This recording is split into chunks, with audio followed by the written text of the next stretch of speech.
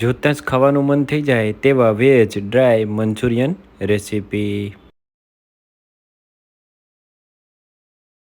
હાય friends, હું છું બાલસેલા. સ્વાગત છે તમારું મારી કાઠિયાવાડી રસોઈ ચેનલમાં. તો આજે આપણે જોશું ડ્રાય મંચુરિયન રેસીપી.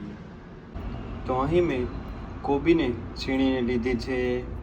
તેમાં મેં લીલી ડુંગળી, મરચાં, ધાણા, આદુ અને લસણવાળી પેસ્ટ, થોડો મેંદાનો લોટ, થોડો કોર્નફ્લોર, ત્યારબાદ નમક સ્વાદ પ્રમાણે, થોડી ચટણી, ધાણા જીરું પાવડર, ટોમેટો કેચઅપ એડ કરેલો છે અને ત્યારબાદ હું અહીં ચીલી સોસ એડ કરીશ. આ બધી જ વસ્તુને સરસ રીતે મિક્સ કરીને તેનો બોલ્સ બનાવી લઈશ.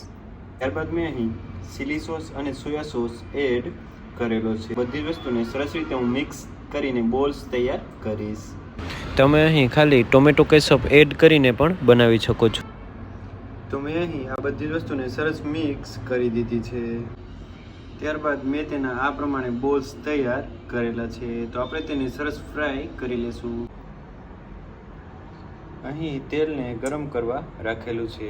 અહીં આપણું તેલ સરસ ગરમ થઈ ગયું છે. તો આપણે મંચુરિયનને એડ કરીને તેને સરસ તૈયાર કરી લેશું. અહીં મંચુરિયનને એડ કરીને તેને હાઈ ટુ મીડિયમ ગેસની ફ્લેમ પર સરસ રીતે આપણે તૈયાર કરવાના છે. તમે જોઈ શકો છો આપણા મંચુરિયન સરસ રીતે તૈયાર થવા લાગ્યા છે.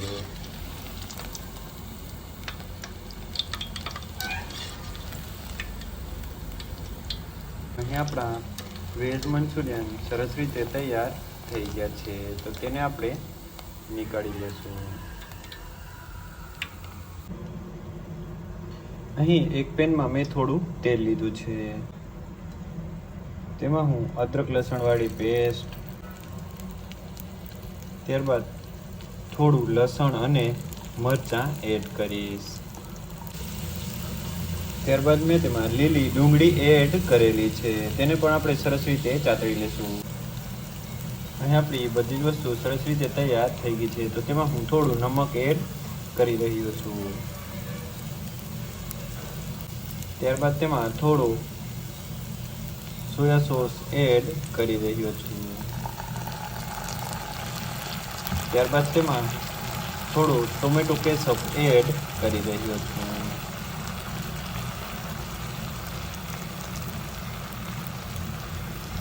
આ બધી જ વસ્તુને સરસ રીતે મિક્સ કરી દઈશું.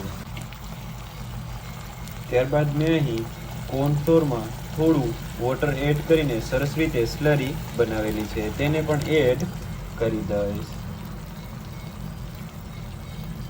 તેને સરસ મિક્સ કરી દઈશ.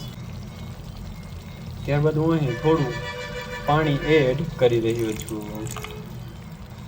ત્યારબાદ સરસ મિક્સ કરીને તેને થોડી વાર આપણે પકાવી દઈશું. તો હવે અહીં આપણે તૈયાર કરેલા ડ્રાય મંચુરિયન છે તેને એડ કરી દઈશું.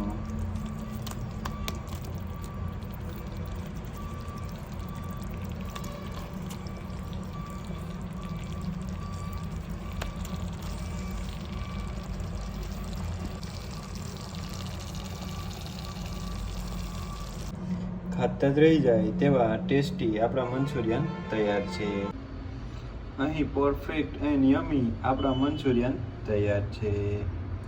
જોતાં જ ખાવાનું મન થઈ જાય તેવા આપણા મંચુરિયન તૈયાર છે. તો તમે પણ ઘરે એક વખત જરૂર ટ્રાય કરજો. જો તમને મારી આ રેસીપી ગમી હોય તો લાઇક, શેર એન્ડ સબસ્ક્રાઈબ કરવાનું ના ભૂલતા. Thank you.